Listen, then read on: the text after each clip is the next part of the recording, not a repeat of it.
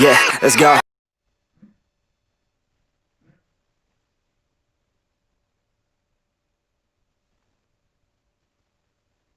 अगली पोजीशन का समझने के पहले तुम एक 11th की चीज़ याद करो। तुमने पढ़ा था रिजोल्यूशन ऑफ वेक्टर्स।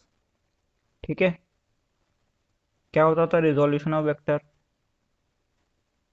कि किसी वेक्टर को अपन दो कंपोनेंट में रिजोल्व करते थे। ठीक, तो मान लो ये एक्स एक्सिस है, ये वाई एक्सिस है, ऐसा कोई वेक्टर है। ठीक, अभी अपन इलेक्ट्रिक फील्ड पढ़ रहे हैं, तो वही एक वेक्टर ले लेते हैं। क्या हो गया ये वेक्टर? ई। ठीक, ये एक्स एक्सिस से एंगल बना रहा है थीटा।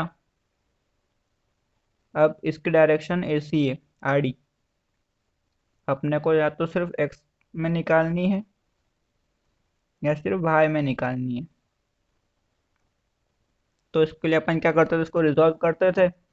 इस तरफ जो कंपोनेंट होता था वो एक्स कंपोनेंट, इस तरफ जो कंपोनेंट होता था वो वाई। अब देखो ये टेढ़ा जा रहा है ना। एक तो राइट साइड में जा रहा है और एक ऊपर जा रहा है। तो सीधी सी बात है, एक कंपोनेंट इसको इस तरफ लेके जा रहा है, एक्स एक्सिस में वो बढ़ा रहा है, और एक इसको वाई एक्सिस के अलोंग बढ़ा रहा है। तो अपने को वही कंपोनेंट पता करना है कि कितना होता है।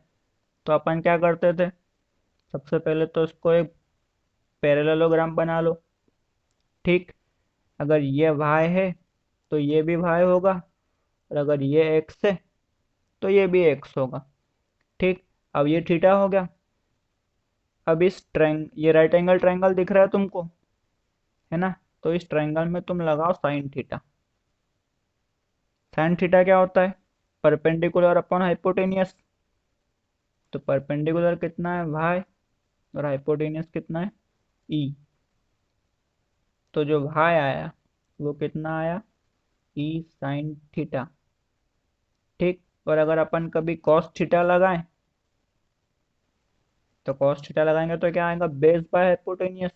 बेस है एक्स, हाइपोटेनियस है ई, तो एक्स कितना आएगा? E cos theta. ठीक, ये होता है रेजोल्यूशन ऑफ वेक्टर्स।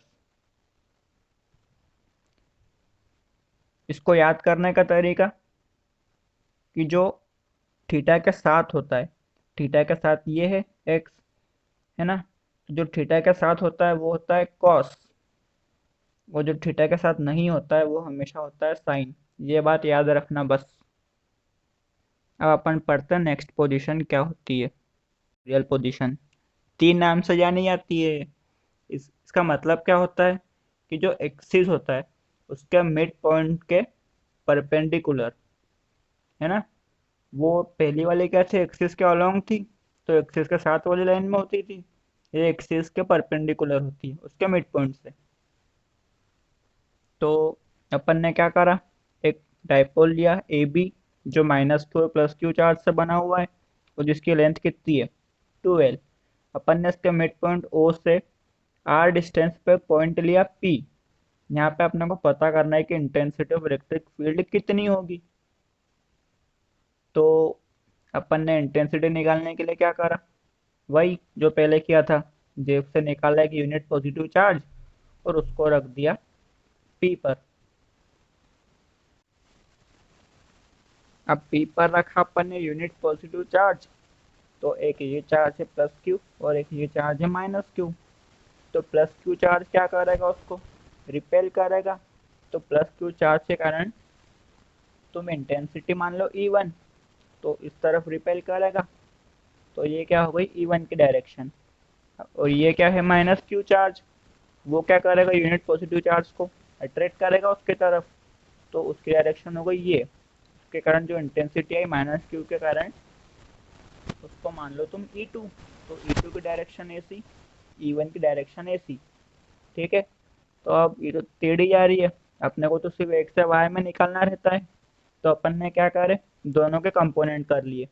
ठीक है, अगर ये दोनों एंगल थीटा है, तो ये दोनों एंगल भी कितना होंगे? Theta theta. कैसे? पहले ए को देखो, ये एंगल थीटा इससे। ठीक है, ये भी पैरेलल, ये जो लाइन है और ये जो लाइन है वो एक दूसरे के पैरेलल है। यहाँ पे जेड बन रहा है, जब भी जेड बनता है तो क्या होता है, अल्टरनेट एंगल बनते हैं जो हमेशा कैसे होते हैं, इक्वल होते हैं। ठीक। अब सेम लाइन, तो ये वाला जो नीचे वाला एंगल थीटा इस टाइप से होगा, कैसे, अल्टरनेट वाले प्रोसीजर से। अब ये जो देखो बी के साथ एंगल क्या है यहाँ पे, थीटा, सेम पैरेलल लाइन हो गई है। और ये जो लाइन है वो एक ही है पूरी, E1 वाली। तो अगर कोई दो लाइन पैरेलल हो, एक मिनट रुको, ठीक है, कोई दो पैरेलल लाइन से उनको कोई एक ही लाइन काट रही है, तो वो हर पॉइंट पे एंगल कैसा बनाएगी, सेम बनाएगी।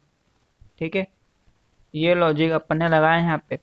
तो ये थीटा कैसे हुआ, अल्टरनेट एंगल के कारण, और ये कैसा हुआ, इस लॉजिक के कारण। ठीक। जो थीटा के साथ होता है मैंने अभी बताया था कि क्या होता है, कॉस थीटा। तो E1 के जो कंपोनेंट करे, ये E1 कॉस थीटा, और जो E2 का कंपोनेंट हुआ, ये E2 कॉस थीटा।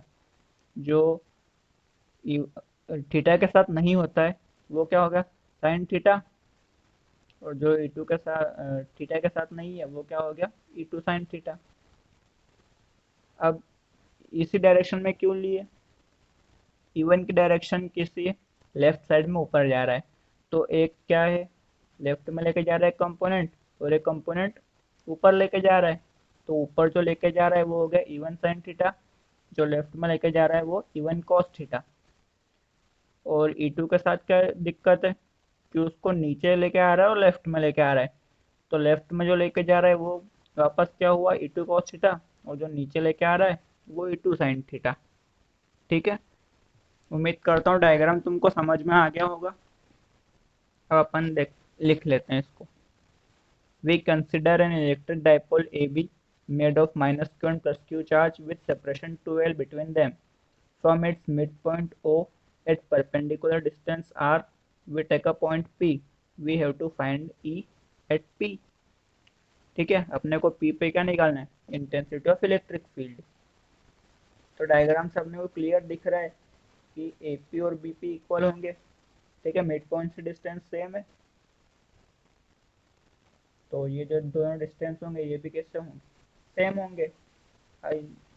ये है L, ये है R, ये है बेस, ये है परपेंडिकुलर। तो तुम हाइपोटेनियस की लेंथ निकाल सकते हो, कितनी होगी, under root L square plus are square. Pythagoras theorem लगा दिया अपन ने। तो एपी और बीपी की जो लेंथ है वो कितनी आई, under root L square plus are square. अब E due to plus Q charge, उसको अपन ने मान लिया कि ई नीचे लिखना बेस में प्लस क्यू, है ना। तो ई प्लस क्यू कितना आया, 1/4πε0 Q upon B P square, plus Q से डिस्टेंस कितना है, बी पी, तो डिस्टेंस का स्क्वायर बी पी का स्क्वायर। बी पी कितना है अपने पास, L square plus are square under root में। अब स्क्वायर करा तो स्क्वायर और रूट कट गए, तो यहाँ पे बचा कितना, सिर्फ l square plus are square. अब E due to minus q charge, उसको मान लो E और बेस में लिख लेना E माइनस क्यू। ठीक। तो E माइनस क्यू कितना आएगा, 1/4πε0, और माइनस क्यू और यूनिट पॉजिटिव चार्ज के बीच का डिस्टेंस AP था, तो Q by AP square. AP की भी लेंथ वही है जो BP की थी, l square plus are square. ठीक है, तो E प्लस क्यू और E माइनस क्यू बराबर होंगे मैग्नीट्यूड वाइज, तो क्योंकि दोनों का डिस्टेंस सेम है, और जो चार्ज का मैग्नीट्यूड है वो भी सेम है। तो नेट इंटेंसिटी कितनी होगी, दोनों को प्लस कर दो, तो ई नेट कितना आया, ई प्लस क्यू के कारण कॉस थीटा, और ई माइनस क्यू के कारण वाला कॉस थीटा। साइन थीटा किस लिए नहीं लिखे अपन ने, क्योंकि साइन थीटा इक्वल थे और अपोजिट डायरेक्शन में थे, तो जो साइन थीटा वाले थे वो कैंसिल हो गए। E1 sine theta and E2 sine theta are in opposite direction, so they get cancelled।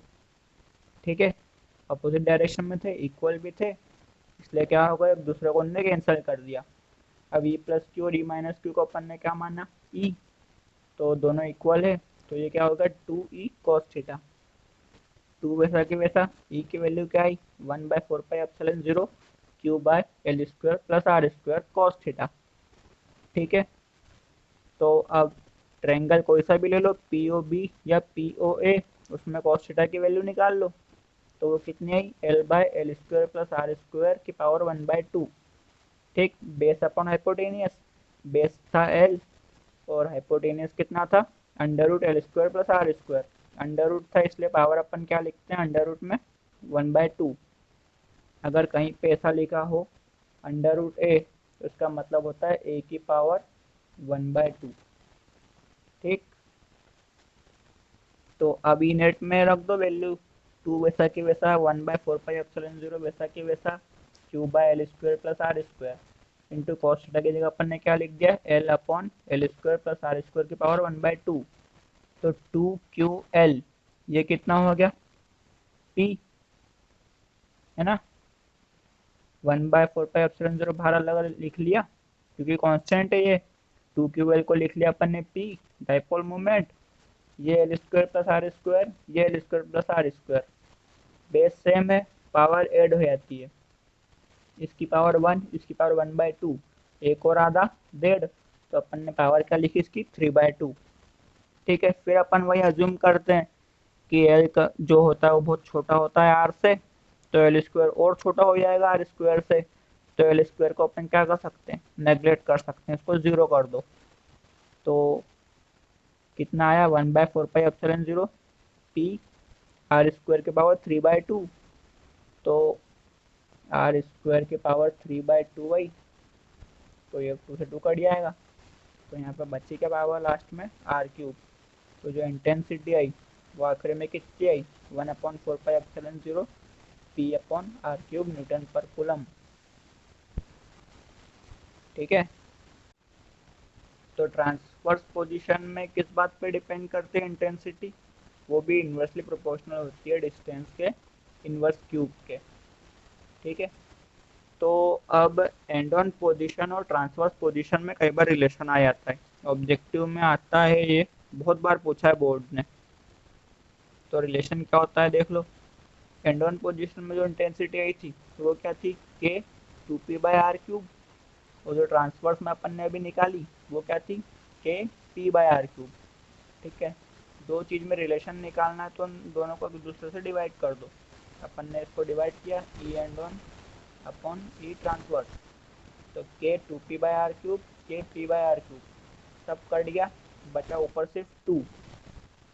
तो 2 बचा इधर, तो ट्रांसवर्स को इधर ले आके मल्टीप्लाई कर दो।